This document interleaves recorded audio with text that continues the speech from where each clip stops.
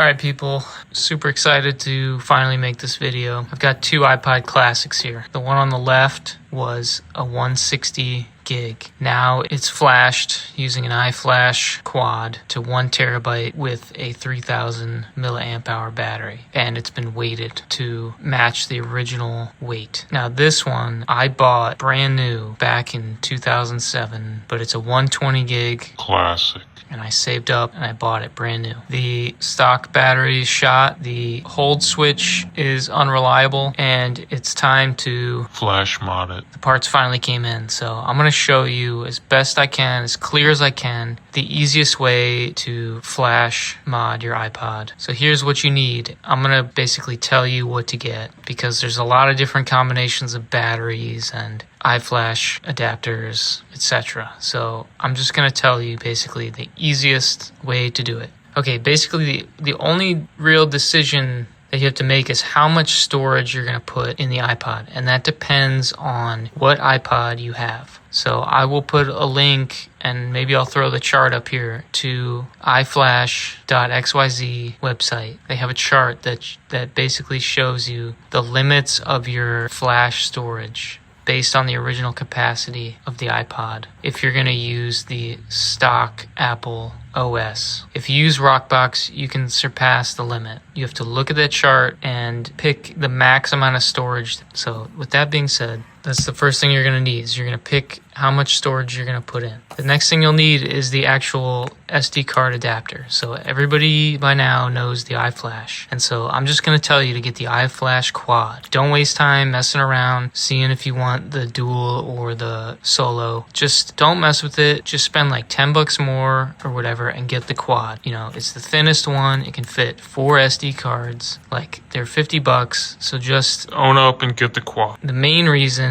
is it's going to give you the most versatility in terms of battery configuration. So they make different batteries in different sizes, and you can check out, charts or other videos going over this. But what I'm also going to tell you is just go with the 3000 or this 3800 thin version battery. Like, there's no point, in my opinion, in going with a smaller battery. Like, these batteries on a full charge last for weeks and weeks and days and just they last forever. So in my opinion, and I'm just going to tell you what to do because it's the easiest way to go about flash modding your iPod, is get the iFlash quad and get the 3000 or 3800 thin battery. Okay, now I'm going to move on to tools and materials real quick. I've got a pack of these opening tools, right? These are the metal ones. Sometimes they're called Sesamos. They're just thin and they're cheap. You can get a whole pack for whatever, a few bucks. So you're going to need some of these.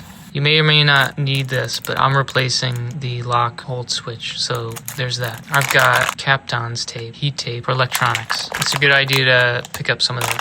If you've got some painter's tape laying around, that works good to tape up the front when you're working on it so you don't scratch it. Otherwise, you don't need it. I've got a pouch with micro screwdrivers. So we're going to get to it and start tearing this thing down. At the end, I'm going to show you how to sync it with iTunes and basically how to restore it, because that can be funky sometimes. I'm going to also show you at the end what I do to weight the iPod down and bring it back up to the factory weight, because after you flash mod the iPod and remove the original hard drive, this is going to be a lot lighter. And if you like that, that's cool. But I personally like the heavy brick feel of the original iPod weight.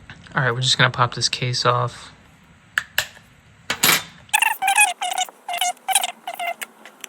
A quick thing I'll show you with these cases while I'm here is I like to file and drill out the headphone jack, because certain aux cables or RCA to headphone jack bodies are too fat to get through the hole. So you can see this hole is wallowed out with a file or a drill or something to be able to fit. That's one thing that I recommend doing. A little beat up, but not too bad, huh?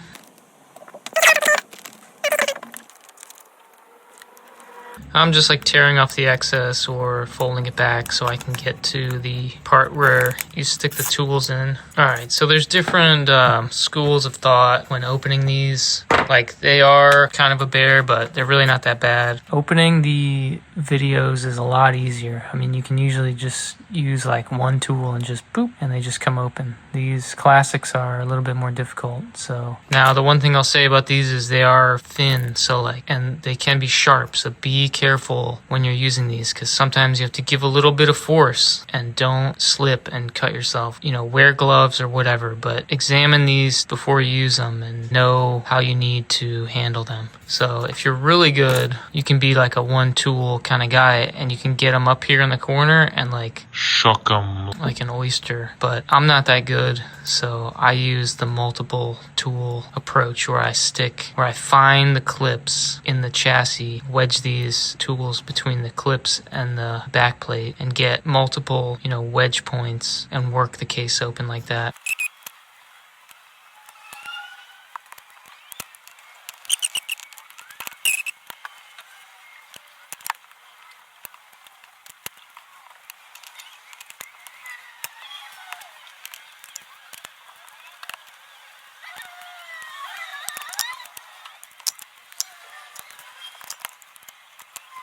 Yeah, so you really want to start up in this corner, top right, get that one, and then work down here. Once you get the whole side, you're pretty much good to go. Just want to be careful, you can't just go and open it. So switch to the other side and just free it up. It doesn't take much once you have one side. It's apart in your hands now. Don't take the two pieces apart. You're going to put it face down. And what you do is you lift the back plate and you just rotate it like this. And then you can see the battery cable. All right, so once you have it open like this, focus on the battery cable here, right? It goes down here and it plugs into this little clip here. It's brown, this right here. And so, contrary to what other people will tell you, this little brown clip pulls up towards my face and you can release the battery cable that way. But we're not going to do that, because people come in here and they pry on that clip and they end up ripping this piece and a tiny little metal feet off the motherboard, and then you're screwed. You can resolder it on, but it's very tedious. It can be done, but we're going to avoid that. So the real way that you want to remove this battery cable is just to take your finger. That's how you want to do it. You lift the back plate up to where you can get your finger underneath the ribbon cable and you just slowly lift up. Then you don't have to mess around with this little brown clip. It just pulls up on its own. Alright, now you can just open this like a book now. So you've got the hard drive, you got this foam, you got these little blue bumpers, then you've got these little rubber bumpers on the sides. Then you have your battery cable. Then you have the stock battery on top of the ribbon cables for your headphone jack and your hold switch. Okay, now this part is for the people who are just replacing the stock battery. You opened it up, and what we're going to do is we're going to remove the stock battery here. So since it's stuck down on top of this ribbon cable right here, we just need to carefully, slowly pry it up and out of its little spot here. You can use a plastic tool or whatever you want. You can use alcohol. The adhesive is really bad, but I'm just going to work it slowly but surely. Come underneath and unstick this ribbon cable from the bottom of the battery if it's stuck on it. Okay, so if you're just doing your battery, take your new battery, the stock one, the 650 milliamp, right? And you're gonna put it back down into the back plate, and then you're going to bend the little end of the ribbon cable up towards your face at a right angle, and then you can close back the iPod. All right, so I'm just gonna get rid of any of this old tape and stuff in here. We're gonna take the hard drive, we're gonna fold it down. Peel it off slowly, we're gonna fold it down towards us. Now you're gonna wanna take your pry tool, you're gonna lift up on this little black gate, okay, carefully. Just work it down. There, it snapped. Okay, now you can disconnect the hard drive. So this whole thing is gone. We're getting rid of it. Everything. These sticky old bumpers, this foam, all that. If it's in good working order, you can sell these on eBay and get a few bucks back. People will buy them. So that's gone. All right, next we need to undo this ribbon cable from this clip right here. So you can just take your fingernail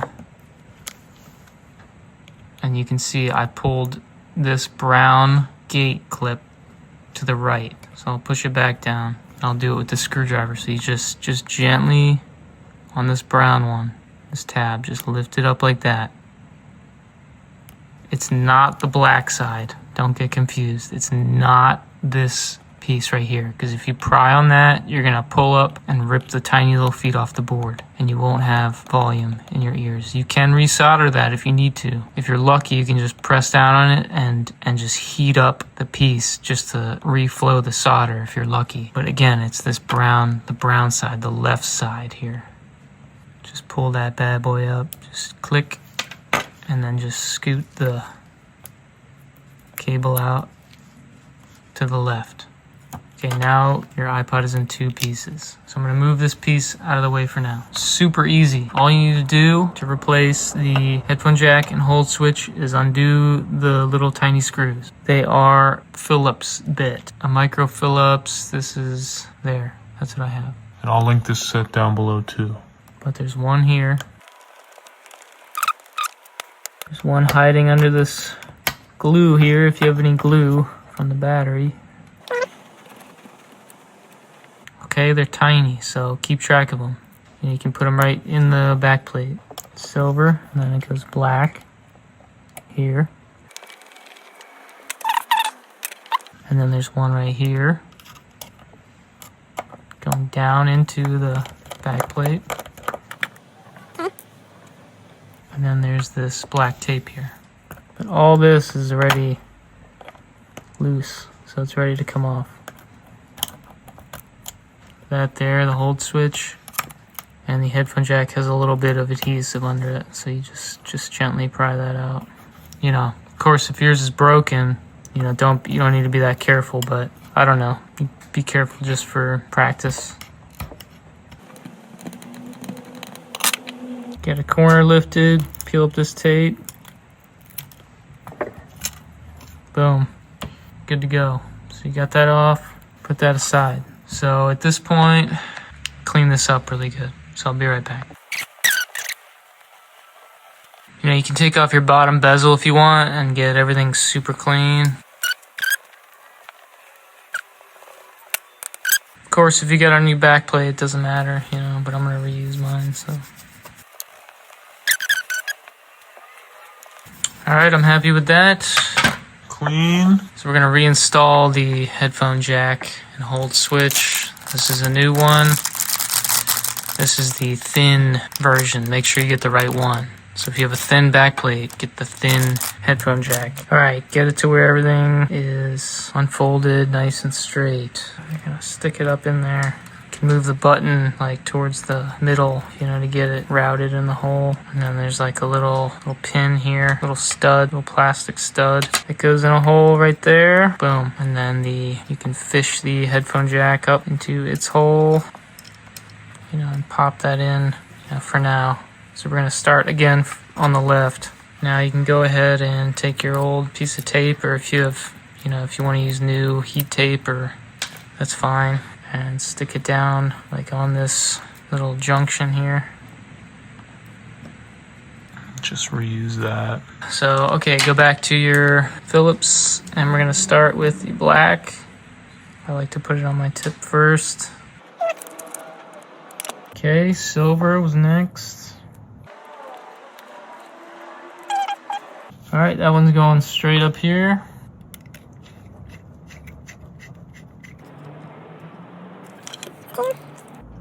Don't lose them. Alright, then this one's going up here. And the last one's going straight down over here.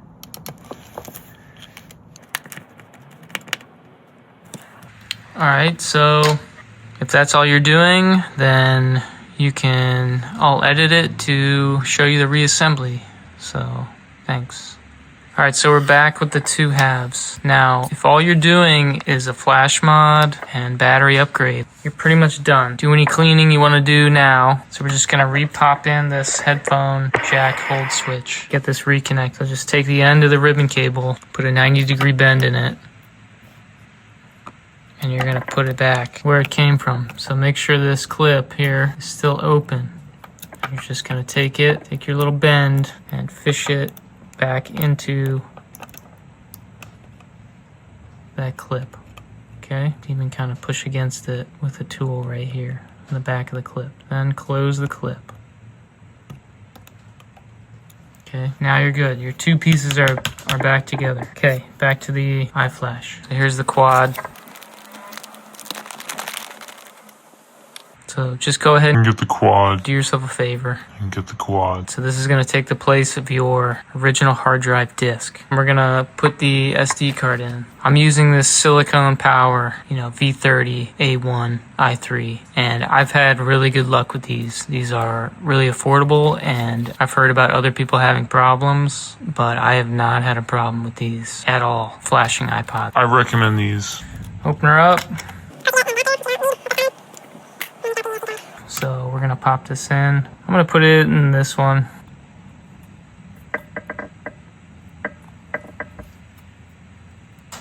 So just get your nail and make sure it's seated. It only goes in one way. Logo facing up towards you. I like to take a little bit of heat tape and tape it because the SD cards don't click in like your classic SD card. Spring click. These just slide in. And just stick it down. Doesn't have to be perfect. It's just something. So just stick it down. So take the iFlash and you're gonna pull up on this black part of the gate, this little gate. And you're gonna pull it up towards your face. There you go. And on the bottom you can see this white piece. This is where you're gonna plug in the ribbon cable from the iPod. So if you turn this to the side, you can sort of prop it up and push it into the bottom. And push it in enough to where you don't see the gold teeth showing. So once it's fully seated, then take that black gate and push it back down. Lock it down. So you can see how sweet these things were designed. It fits right under this little tab on the mid frame. It gives you access to the harness for the click wheel ribbon cable. You've got access to the battery cable, and you have a little cutout for the ribbon cable for the headphone jack and hold switch. So pretty sweet. All right, so you're pretty much almost done. We just need to put the battery in. So we're gonna take our battery. So just grab your new battery. This is the one I have. Okay, you're going to install it just like this with the ribbon cable coming down the right side because it's gonna stick back into that little clip down there. So at the end, we're gonna take it and we're gonna bend it down, right angle towards the ground when it's facing this way. You bend this down towards the ground. And the battery is kind of like, it's just like the iFlash. It sits right under that little tab on the mid frame up there. All right, so let me get a close-up of this battery clip. All right, so the little clip should still be pulled up from when you pulled the battery cable out with your finger. You can see it's loose. That's what you want.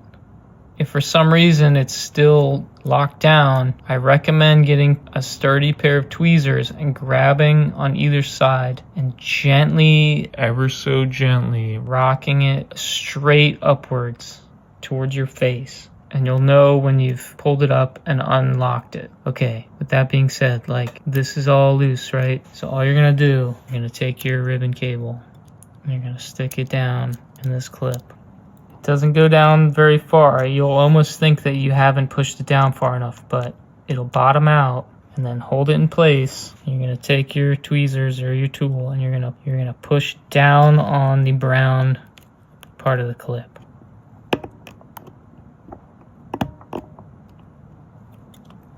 Okay, and then it's seated. Done with that.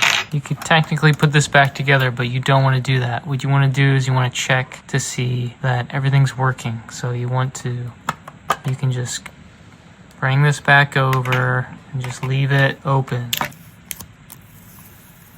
And now what you're gonna do is you're gonna turn it on.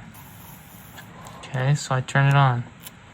And this is what you want. Use iTunes to restore. So that's a good sign. This is what you want to see. Alright, so we're going to get you over to the screen grab in iTunes, or Apple Music is what it's called. But I just wanted to show you that I'm using this handy 30-pin to USB Type-C cable, Which I'll link also. to connect it to my MacBook Pro. This is a 2020 M1, so just for background here. I'm going to plug this up. Hold on.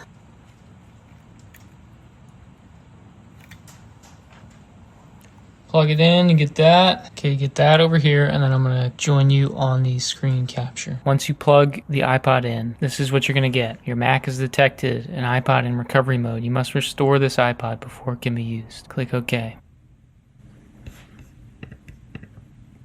Alright, so one little quick tip that you just saw is like it was loading and loading and loading. What you want to do is like click out and then click back on it, and it'll for some reason make it catch up. Alright, so the iPod's showing up in Finder itself. And like I'll go to iTunes here, like it's not showing up in iTunes yet. So it's just showing up as like an external drive in Finder. So you're gonna come here and hit restore.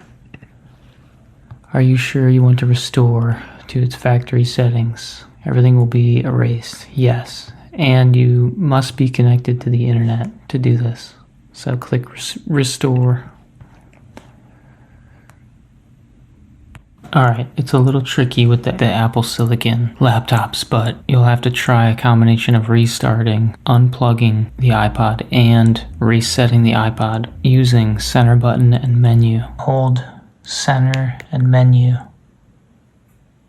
and it'll restart you to get you back to this. And once you get through, you'll get to this screen here. Next, and then agree. And it shouldn't take long at all. Alright, so if restore iPod does not work and it's not actually restoring it, then find out what kind of MacBook you have. If you have an M1 like I do, then you'll need to do that. And I've had to do this for every iPod that I've flash modded. You need to eject the device and then you need to restart your computer. So let me do that. Be right back. Alright, once you've restarted, you will click restore, and then you should be able to push through eventually to the next step. And that's what you're watching here. It'll prompt you to put in your password. And so then put in your password and you'll see that I get this random hardware error code. Alright, I got this error. Alright, after multiple cycles of restarting, plugging and unplugging in the iPod, you should be able to hit restore and get to this screen.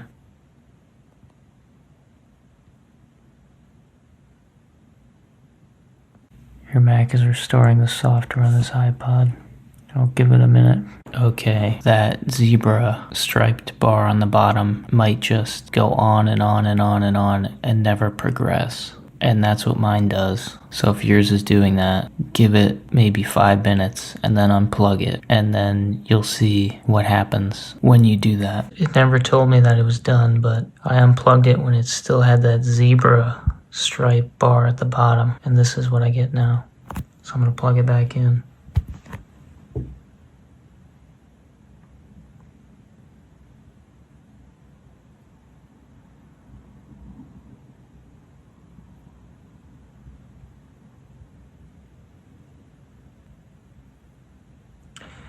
There you go. So let me get you back on the computer. In Finder, instead of it prompting you to restore, you should see the name, the kind, and the storage capacity here. And it's just gonna wheel and wheel and wheel. And you can click, you can see like other folders on the device that store information, but this is what we get now after restoring. So now we're gonna go to iTunes, and you can see it's not showing up yet. So I'm going to eject it. What I'm also going to do is I'm going to set it up real quick just to get into it. There.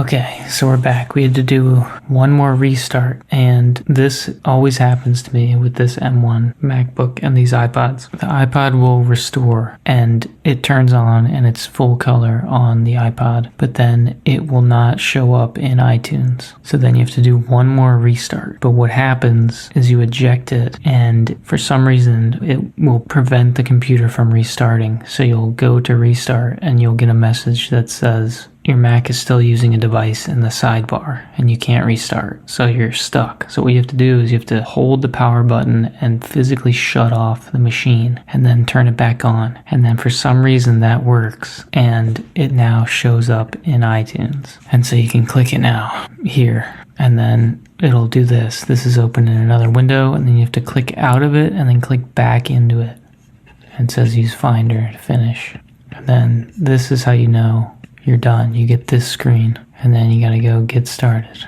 And here you know you're good. You can check for an update, you can restore it again, and then I always manually manage. So this is checked. I'm not gonna sync it and enable disk use. So I'm good to go. Close out of that. And now when I click it, I have all the metadata columns here, title, artist, album, and I can go into songs and I can now drag onto it and it shows up here. So there's a lot of little hoops you gotta jump through. It's like a little dance, and this is the same thing that happens every time I do one of these with this M1 Mac and this version of iTunes or Apple Music. So let me eject this, and I'm gonna bring you back to the bench, and I'm gonna show you how I weigh it down and add weight to it. So I'll see you in a bit. Okay, so we're back on the bench. We did the flash mod and everything's working. But before we close it up, we're going to add weight to it to match the original factory weight. Time to weigh this puppy down. So the stock iPod without the case was 138 grams, 0.3 pounds, 138 grams, 4.8 ounces. So the iPod after being flash modded, you've got 122 grams. So you need to make up about 16 grams. So to do that, and this is another reason why using the quad and the big battery is good, because we're going to utilize this freed up space. So when I fold the iPod back over, the headphone jack sits right here. From here over, all this space is empty space that we're going to use to put weight in. And we're going to use nickels and dimes. Turns out that a nickel fits there and a dime fits there. And I know from experience that you can go too high on each one. So if we can put 2 nickels and 2 dimes, we get about 16 grams. 16. It's pretty perfect. You don't want to go higher than that because when you close it back together, it's going to push on the back of the screen and it'll look like a bulging battery or something. You'll see little shimmering spots. So what we're going to do is we're going to first wrap each stack of coins with the heat tape. And I'll do that, but I'll speed it up. Now, you don't need a ton because you don't want to add thickness. You just want enough to cover all the metal. So we're just going to go around like just once like that, you know, and then rotate. Do another wrap. Cover all the metal, smooth it down really well, and that's going to sit right about there. Now we're going to do the dimes.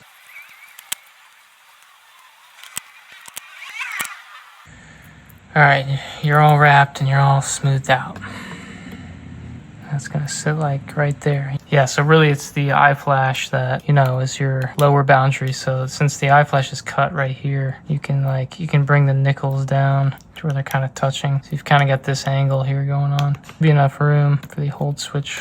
So now we're just going to tape them down. So it helps to pre-cut strips of the tape. So I'm going to do that now. Pre-cut a bunch of strips. Do the nickels first. This tape's pretty strong, so don't worry about it. It'll stay. Flip the battery and the hard drive down, and it helps to start here and hold it down and get a tool and get it up real close to the coins before you fold them up over the top. And just go around in like a sun pattern.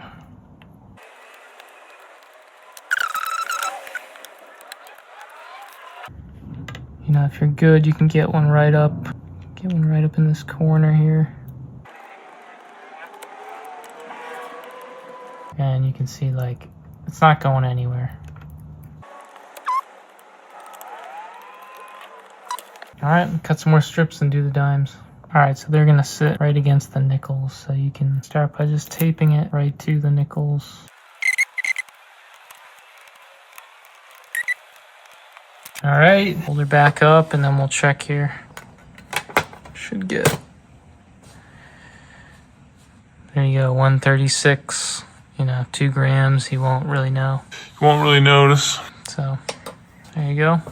All right, so double check all your work. You did all that work, so double check everything before you close it back up, because it's going to be just as difficult to reopen it. So we did all of our checks. We checked the click wheel, the headphone jack, left and right headphone, hold switch, everything. Turns on, turns off. So we are good to go. I want the battery to sit there. So I'm going to smooth this down, tape this. I put this little like pigtail, not crease, but sort of fold on the ribbon cable of the battery. These always seem to like be a little too long. Make sure you check like not these, but the little tabs here on the frame, these. Make sure that those then get pushed all the way against the edge of the backplate. They're not flat against the backplate from you wedging your tools in there. So check those all the way down, especially the side that you opened it on, because it might not clamp together when you go to put it back.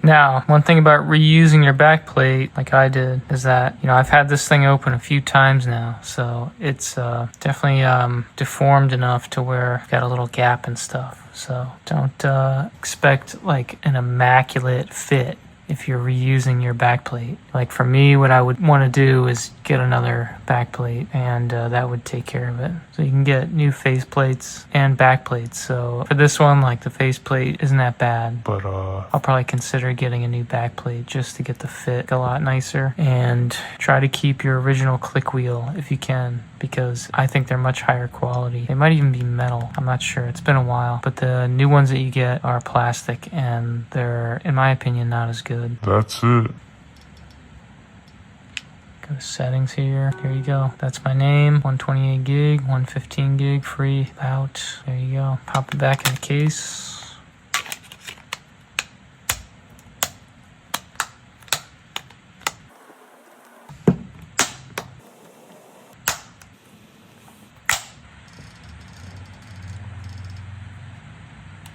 Let me know if I missed something. Get one of these clear cases. And like I said, on the cases, drill out or file out these headphone jack holes, because then you'll have enough space to plug into anything. I'll link that too. Hope that helps. I'm gonna go Stuff some music on onto this thing. Go shove like 40 gigs on it. right away. So yeah, there they are. The boys. Ready to rip. Boom. Loving it. Subscribe. Subscribe. Subscribe. Subscribe. Subscribe. Subscribe.